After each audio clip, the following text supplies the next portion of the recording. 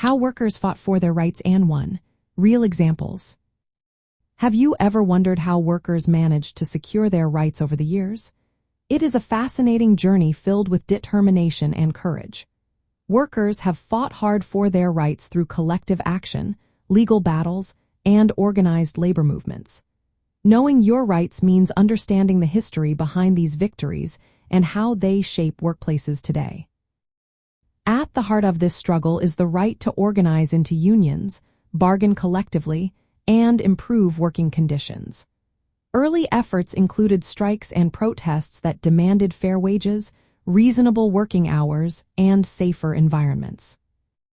One significant moment in history was the founding of the National Labor Union in 1866.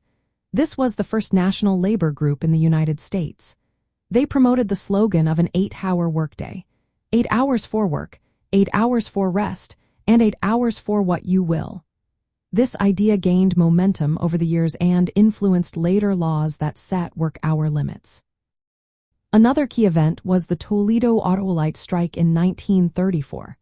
Workers at an auto parts plant went on strike for union recognition, better wages, and improved conditions. Despite facing violent clashes with police and National Guard troops, they succeeded in getting their union recognized. This victory inspired other workplaces to unionize. The Flint sit-down strike from 1936 to 1937 was also crucial. Auto workers protested against General Motors by occupying the plant and refusing to work. This action forced the company to recognize the United Auto Workers Union and agree to better wages and benefits.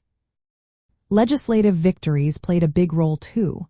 The Norris LaGuardia Act of 1932 banned contracts that prevented union membership and limited courts from stopping peaceful strikes. This strengthened workers' ability to organize. The National Labor Relations Act, also known as the Wagner Act, passed in 1935. It guaranteed workers the right to form unions and bargain collectively, protecting them from employer interference. In 1938, the Fair Labor Standards Act established a federal minimum wage, an 8-hour workday, a 40-hour workweek, overtime pay, and restrictions on child labor. This set foundational workplace standards that we still benefit from today. The Equal Pay Act of 1963 addressed wage discrimination based on gender, ensuring equal pay for equal work. Additionally, the Civil Rights Act of 1964 banned workplace discrimination based on race, gender, religion, color, or national origin, further protecting workers' rights. These examples show that workers won rights through a combination of direct action, such as strikes and protests, and legal reforms that codified protections.